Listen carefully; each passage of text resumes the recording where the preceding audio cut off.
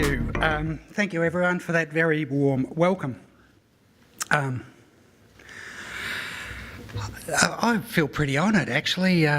12 months or so ago, I wrote a piece and my people picked up some commentary around it by a person called Clementine Ford. My daughter thought it was really cool that Clementine was writing about some stuff I'd spoken about, so that's fantastic. Look, can I just make some comments about some of the feedback I've heard over the last 5 minutes? The panel yesterday apparently made some comments about the slow pace of change and the frustration around that. And I certainly understand that, but in my 40 years within Victoria Police, if I could cut that into 10-year blocks, the pace of change has been quite dramatic within our organisation about the change of attitudes, the change of practices and our focus on family violence. So whilst it can be enormously frustrating, I think we are getting to a better place, albeit I understand some say quite slowly. The other piece was around Gail Jennings' observations about the media. Since I've been talking about family violence issues, I watch with interest White Ribbon Day and the commentary around White Ribbon Day. And certainly if you went back 4, 5, 10 years ago, any commentary around family violence tended to be by female journalists. The last 3 years, now I know Libby's in the room, Libby Davies is in the room. The last 3 years, again, I think that's changed quite dramatically, and there are men writing consistently about family violence. So I do see a change, albeit quite slow at times. So before I begin, let me just acknowledge some people who are in the room. Firstly, Rosie, lovely to see you again, Rosie. You are an inspiration to many, me included. You helped Victoria Police become a better organisation despite some of the enormous problems you faced. It's wonderful to see you here. Libby Davies, the Chief Executive of White Ribbon. Janet Menzies, the co-founder of Head Over Heels. John O'Brien, Head of Industrial Relations at the National Bank. Paul Hamilton from the AFL. And Phil Cleary, who 25 years ago was the first man I remember that had the courage to stand up and talk about the things that I talk about now quite often. So Phil, when we talk about inspiration, you are an inspiration to many men, and I'm proud to be following the work that you started all that time ago. And I mentioned to Phil over lunch, it must have been pretty lonely then, Phil. There wasn't too many men out there willing to stand alongside you, but all power to you. Everyone else in the room, including my police colleagues, it's great to see so many of you here today. I want to start by acknowledging the Dja Dja Wurrung as the traditional custodians of the land. It is upon their ancestral lands that this place was built, and I pay my respects to their elders, both past and present. Let me also acknowledge the many thousands of women and children who have been murdered, maimed and otherwise harmed by those who profess to love them. It is for you that we do what we do. So, the title of today's conference, Violence Prevention is Everybody's Business, couldn't be more apt. I've been talking about family violence for a while now, and it's starting to get some traction, I think. You can almost feel the momentum, and we're getting to a point where the mainstream media, men and others, are starting to talk about it. A few years ago, and I go back to when Phil first started talking about this, it was a really uncomfortable issue that many men in particular didn't want to talk about. But we've got an election coming in 7 or 8 weeks. And in my 41 years of policing, I've never heard both sides of politics talking about what they can do in the family violence space. So things are starting to move, and I think there's a lot to be positive about. It's quite extraordinary, actually, just hearing some of the conversations that are occurring in government. It's pleasing to have such a broad group of community members contributing to this conference. And in my notes here, I've said, and it's pleasing to see so many men in the room. I think we could have done better, and we do need to get better. I'd like to come along to one of these conferences one day and see 50% men in the room. So we've still got some challenges and still got some work to do in this place. Over the last 2 days, you've been hearing about what we can do to curb violence against women, and I can't emphasise enough that this, to me, in my view, is a whole of community issue. What I'm seeing from my role is that some people are manifestly uncomfortable with just how real this problem is and has become. It's an inconvenient truth, and the more we know about it, the harder it is for us as a community to ignore it. I know it's up to people like me to continue to talk about it, to challenge our political leaders, to challenge the community, and to challenge our agencies to get better. I understand that a lot of us do feel challenged. And when we hear about family violence, when it exists, on our street, in our community, in our family, and amongst our friends, it does make us feel quite uncomfortable. And we should feel uncomfortable. It doesn't sit neatly with our view of the world, and we don't want to think about it. We don't want to think about it being our problem. Sometimes when you mention gender or women, there's a sigh of tedium mixed with defensiveness. Why is it that these issues make us feel so uncomfortable? I understand it's complex and it's going to take some big changes for all of us, and there are no easy solutions. My people sadly see the pointy end of family violence, and it continues to trouble me that we're seeing so many disturbing and violent attacks against women continuing day in, day out. I'm sure you've heard this data already over the last day or so, but last year my members attended more than 65,000 incidents. 65,000 incidents of family violence. And the data over the last 3 months into this new financial year are showing no signs of abating. They are running like a runaway train at the moment, continuing to grow and putting enormous pressure on our system. I think it's pretty clear to all of us by now we need to urgently change the way we do business, and all parts of our community must engage, or otherwise we're just not going to fix this problem. It is time for more men to stand up and take action, to take some responsibility for what is occurring. After all, we know it's men that are inflicting the pain and the violence on women. So today, I want to make a couple of points about how we can maintain the momentum. I want to challenge you. I want to make you think about the issue that we're facing. Our recent community attitude survey shows that we perceive women differently than men. And by differently, I mean that some men perceive women as being less valuable. And most men are comfortable with that. They enjoy the privilege that comes with it. But men are only privileged so long as women are disadvantaged. It's all relative. There are certain privileges that come with being male, and the difficult thing about shifting the attitudes in this space is that we have to challenge some of the expectation of entitlement. An issue like family violence challenges our views of women and asks us to think differently. And some men, many men, find it really, really hard. If this was cost-free or easy, we'd be all signing up, but it's not.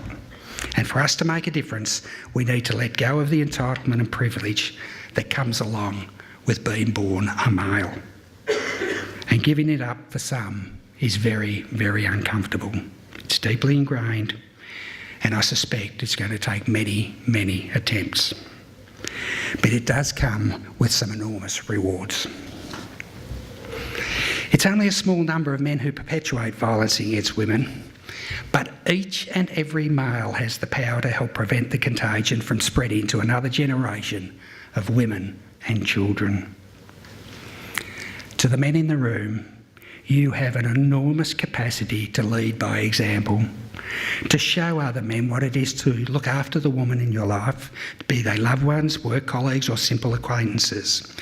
We need to start educating our young men and make sure they grow up understanding that violence against women is never okay, it's never ever acceptable, and that it is deeply, deeply shameful. The culture of turning a blind eye or putting a woman in her place has simply got to stop. Today I'm going to focus solely on men because, gents, we are overwhelmingly the perpetrators of this crime. As dads, grandfathers, uncles and brothers, the conversations may start with "don't hit your sister" when boys are very young, but the conversation should not stop there. It must continue as our young men grow up and begin going out to pubs and clubs and interacting in those social, sporting and workplace settings. Being ready and willing to have these conversations sometimes takes courage. It takes courage as the friend of an abuser to tell him that what he is doing is wrong, it's unlawful and it's unfair. Courage is a fundamental attribute that we all try to instill in our families. Learning to be courageous in these influential years is a crucial ingredient that helps men speak out when they witness behaviour that degrades women. I'd argue we need to get our young men to be thinking about this issue. This is about really engaging, and I mean really engaging and living the challenge, living the conversation. We need to put this in the forefront of our minds so that we are actively participating in the change. I commend those who came up with the title for our conference, "This issue is indeed everybody's business." In order to make a marked change in male behaviour towards women, there are three key ideas that I'd like to talk about here today. Firstly is around the courageous conversations with our young men. Secondly, I want to float an idea. Do we need to make this a public health issue so that every Australian male considers this issue to be part of their annual men's health check? And finally, we get the message out through our media, our schools and our social and community networks that violence against women is deeply shameful. So let me address the first key issue around the conversations. When we consider a typical Saturday night, many young men and women will be heading out into the city or other community centres to have a fun night out. So what do we say to our kids before they head out? I know some of the conversations that have happened with women. We remind them to be sure what they're drinking. We remind them there are some sleazy men out there. We tell them to stay with their friends. We tell them to make sure they get a lift home. Often the list of things we tell the women is endless. We tell them these things because we're anticipating the night they may well have. We're trying to protect them because they're so precious to us.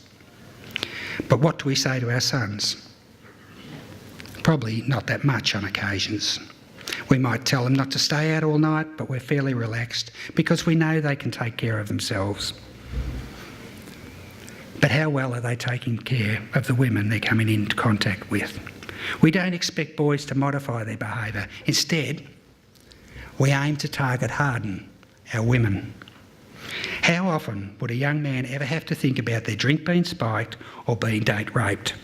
I dare say very rarely. To me, the conversation seems very, very one-sided. So if you remember one thing from today, please remember this. We need to be educating our sons because at the moment, to me, the conversation is skew with. Sure, let's ensure our daughters are aware and teach them to be self-respecting and sensible young women, but let's not forget who is really responsible for the lewd and abusive behaviours they're trying to avoid, and that's men.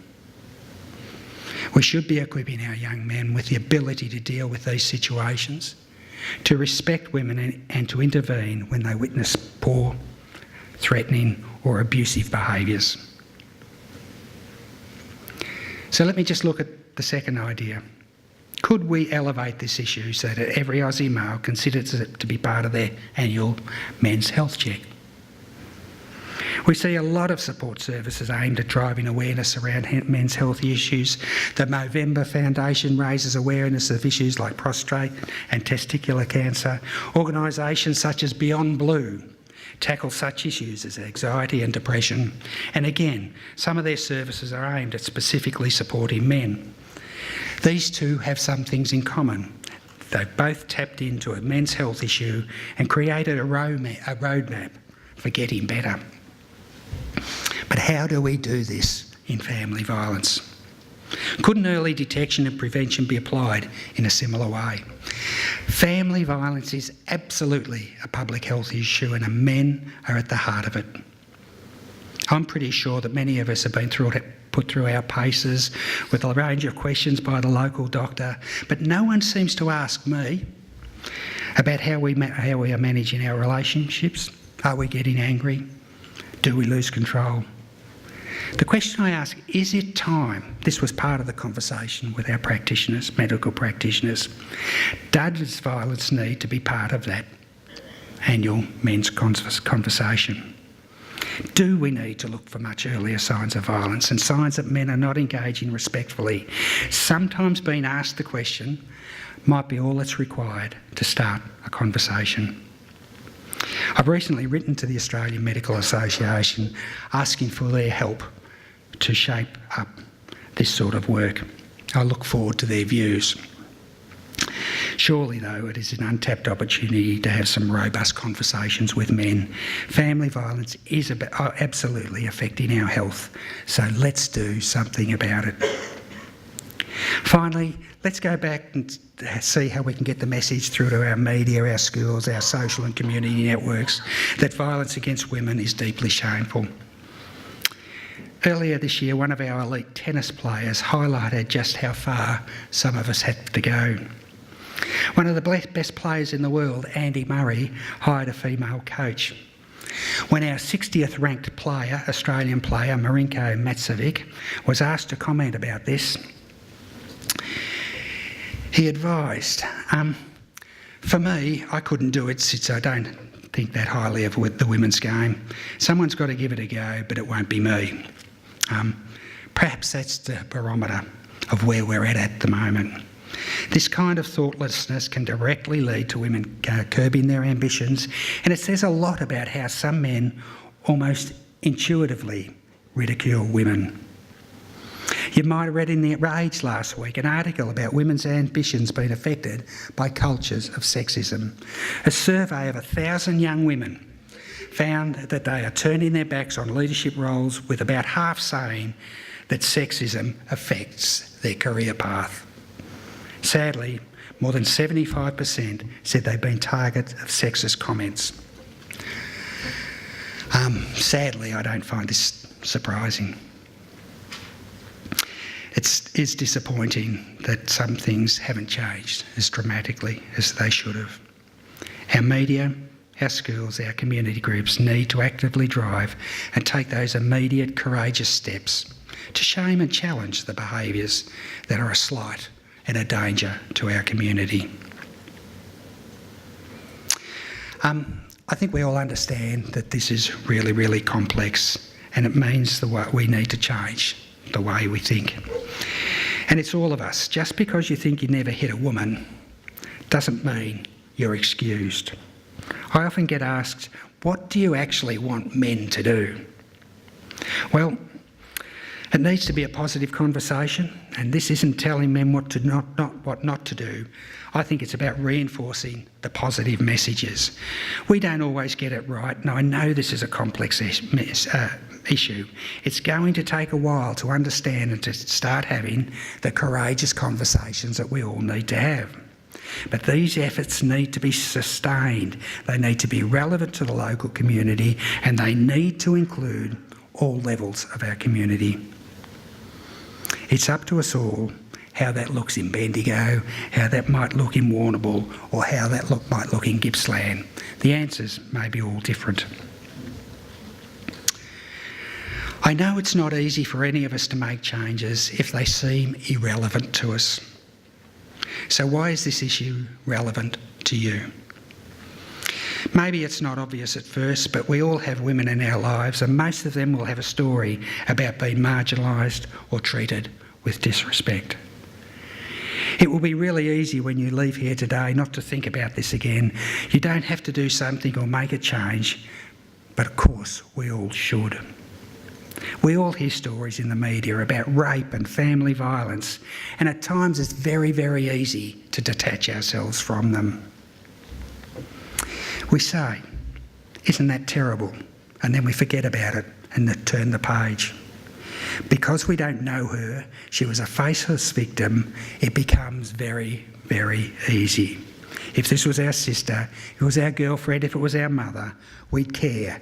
We care when it's relevant. But I would argue, as a man and as men, we should want all women to walk around safely and to have healthy relationships based on respect. It's going to be really hard to drive community change if we only care when our family is affected.